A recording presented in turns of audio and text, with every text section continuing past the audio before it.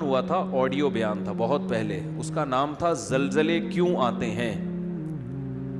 اس بیان کا نام تھا زلزلے کیوں آتے ہیں. بہت پہلے بیان ہوا تھا، اس وقت ویڈیو بیان نہیں آتے تھے، تو وہ مجھے اپنا وہ بیان ذہن میں آ گیا. ہمارے ہاں جب بھی کوئی دنیا میں طوفان آتا ہے، زلزلے آتے ہیں، بارشوں میں سیلاب آتے ہیں، تو دو انتہاؤں کی طرف لوگ جاتے ہیں. ایک انتہا تو ہے جو لبرلزم لوگ ہیں، لبرلزم کو فالو کرنے والے لوگ، جو لبرل نام نہاد لبرل لوگ، وہ کیا کہتے ہیں بھائی یہ قدرت کا ایک نیچر کا ایک سسٹم ہے، کسی بھی وقت کچھ بھی ہو سکتا ہے، لہذا اس میں اپنے گناہوں سے توبہ کرنا، اللہ کے سامنے گڑ گڑانا، ان تکلفات کی بالکل بھی ضرورت نہیں. چاہے کرونا ہے یا کوئی بھی وبائیں ہیں، اس کا خدا کے عذاب سے کوئی تعلق نہیں ہے. بھائی پلیٹیں ہیں زمین کی، ہلیں گی تو دھسیں گے سارے. جب زمین سے اتنی گیس نکال رہے ہو، اتنا آئل نکال رہے ہو، تو خلا پیدا ہوتا ہے نا، وہ خلا پور ایسا ہی ہوگا کہ ایک طرف کا حصہ کھسک کے یہاں جائے گا، تو وہ زمین ہے وہ کوئی چھوٹی موٹی چیز تو نہیں ہے. جب ادھر سے کھسک کے گیا تو دو چار پہاڑ دائیں بائیں ہو گئے. جب دو چار پہاڑ دائیں بائیں ہوئے تو وہ باقی ایڈجسٹ کرنے کے لیے وہ بھی کھسک جاتے ہیں. تو کھسکتے کھسکتے دہلی سے زلزلہ چلا تھا اور پہنچتا کہاں تک ہے؟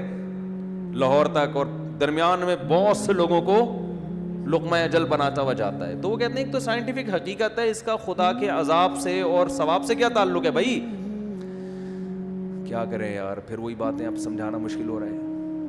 وہ کہہ رہے سیلاب جو آتا ہے نا، یہ دریا کا پانی امڈ آیا اور گاؤں کے گاؤں پی گیا، اس کا کسی کے نیک اور برے ہونے سے کوئی تعلق نہیں ہے، نہ اس میں خدا سے توبہ استغفار کرنے کی ضرورت ہے.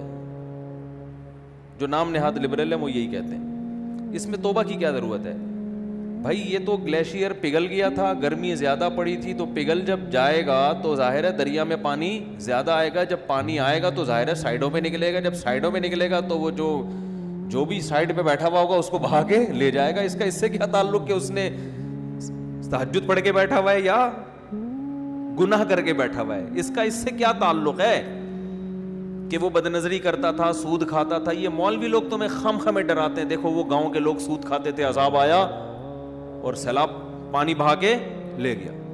اس کا اس سے کیا تعلق ہے؟ اس لیے توبہ ووبہ کرنے کی ضرورت نہیں ہے. یہ بھی ایک انتہا ہے. دوسری انتہا جو بعض مذہبی لوگ کرتے ہیں، وہ انتہا یہ ہے کہ ہر قدرتی آفت کو کسی گناہ کا نتیجہ قرار دیتے ہیں. یہ بھی 100% غلط ہے. نہ قرآن کی یہ تعلیمات ہے، نہ نبی صلی اللہ علیہ وسلم کی یہ تعلیمات ہے. ہمیں پتہ چلتا ہے اسلامی تاریخ سے، قرآن و سنت سے، کہ بہت سے نیک لوگوں پر بھی عذاب آئے ہیں. مدینہ منورہ میں قحط پڑ گیا تھا، لوگ بھوک پیاس سے مرنا شروع ہو گئے تھے. حضرت عمر کا دور خلافت تھا. اس سے اچھا دور کائنات میں آ سکتا ہے؟ قحط پڑا ہے، طاعون کی بیماری پھیلی، 25,000 صحابہ اور تابعین لقمہ اجل بن گئے، جو اس وقت دنیا کے بہترین لوگ تھے، مگر وبا پھیلی ہے اور ہزاروں لوگوں کو اس نے لپیٹ لیا، جن میں زیادہ تر صحابہ اور تابعین تھے. نہیں آ رہی بات میرا خیال؟ تو یہ کہنا کہ وہاں زلزلہ جو آیا تھا تو اصل میں وہاں اس قسم کے لوگ رہتے تھے اس لیے آیا تھا، تو کوئی بھی جب قدرتی آفت آتی ہے اللہ کی طرف سے، اس کو لازمی کسی گناہ کا نتیجہ قرار دینا، یہ بھی قرآن و سنت کی تعلیم کے خلاف ہے. آفتیں نیک لوگوں پر بھی آتی ہیں اور برے لوگوں پر بھی آتی ہیں.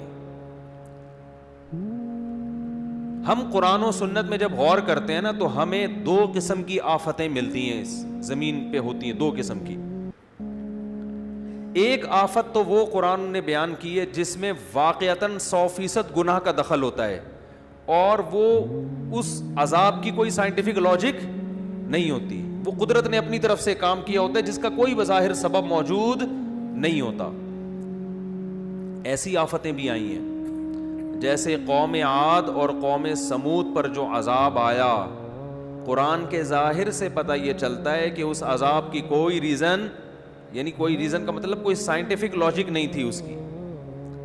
جب اس قوم کی نافرمانی حد سے بڑی ہے اللہ کو غضب آیا, اللہ نے آسمان سے بادل بھیجے, قوم کہنے لگی ھذا عارض ممطرنا, یہ تو گہرے بادل ہیں, ہمیشہ سے آتے ہیں, بارشیں برسیں گی.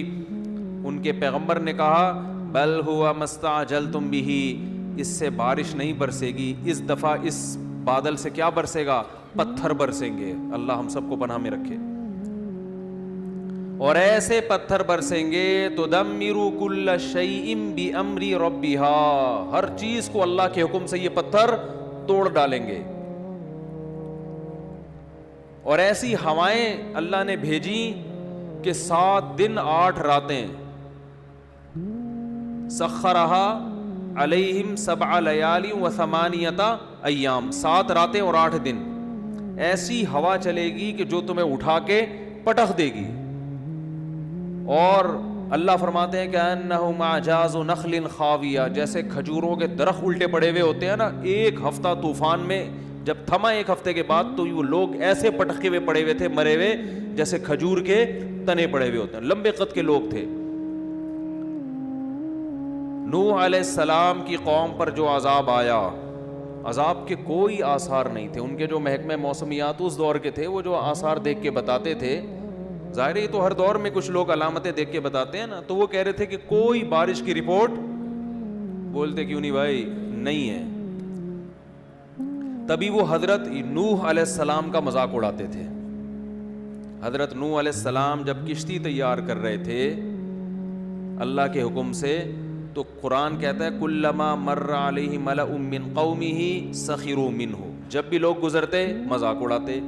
اس لیے کہ اس دور کے جو ماہرین تھے, جو بھی موسم کو دیکھ کے اندازہ لگاتے تھے کہ بھئی نہ یہ ایسا مہینہ ہے کہ جس میں بارشیں ہوتی ہیں, نہ دور دور تک ہمیں بارش کے کوئی آثار نظر آ رہے ہیں, تو اچانک اتنی بارش کہ آپ کشتی میں تیرنا شروع کرتے ہیں, ایسی بارش تو ہم نے کبھی زندگی میں دیکھی نہیں ہے. تو وہ فل مذاق اڑا رہے تھے ان کا. سخروا منہ, قرآن کہتا ہے ہمیشہ جب بھی گزرتے مذاق اڑاتے کہ معاذ اللہ ان بے وقوفوں کو دیکھو کہ نہ بارش کا سیزن ہے, نہ بارش کے دور دور کوئی آثار ہیں, اور اگر بالفرض بارش غیر متوقع ہو بھی گئی تو اتنی بارش تو ہم نے زندگی میں کبھی نہیں دیکھی کہ آپ اس میں باقاعدہ کشتیاں بنا کے پہلے سے بیٹھنے کا انتظام کرو, یہ تو حماقت ہے. لیکن نوح علیہ السلام کیا کہتے تھے, اور ان کے ایمان والے کہتے تھے ان تسخروا منا فانا نسخر منکم, ان قریب جیسے تم ہمارا مذاق اڑا رہے ہو نا, ہم تمہارا مذاق اڑائیں گے. کیوں مذاق اس بات کا کہ جو خدا اسباب کے ذریعے بارشیں پیدا کر سکتا ہے, وہ کسی قوم کو عذاب دینے کے لیے بغیر سبب کے بھی عذاب میں مبتلا کر سکتا ہے. جس کی یہ طاقت اور قدرت تم نے دیکھی ہے, جو سمندروں سے پانی اڑا کے آسمان پہ لے جا کے برسا سکتا ہے. اس نے ایک چکر, ایک سائیکل چل رہا ہے, تو وہ سائیکل کا محتاج نہیں ہے, وہ ویسے بھی اٹھا کے برسا سکتا ہے. جس نے آدم اور حوا کو بغیر باپ اور ماں کے پیدا کر دیا, تو اب آپ یہ دیکھو کہ بغیر ماں باپ کے بچہ پیدا ہو ہی نہیں سکتا, تو آپ کہو کہ بھئی اب ناممکن ہے. تو اللہ کے لیے ناممکن تھوڑی ہے. اللہ نے تو آدم اور حوا کو بغیر باپ اور بغیر ماں کے پیدا کر کے دکھایا اللہ نے, تو اس اللہ کے لیے تھوڑی مشکل ہے. تو مذاق تو ہم تمہارا اڑائیں گے کہ تمہیں اس خدا کی باتوں پہ یقین نہیں آ رہا. تو یہ وہ عذاب تھا جو اس دور کے سائنسدان, کیا اس دور کے سائنسدان بھی اس کی لاجک تلاش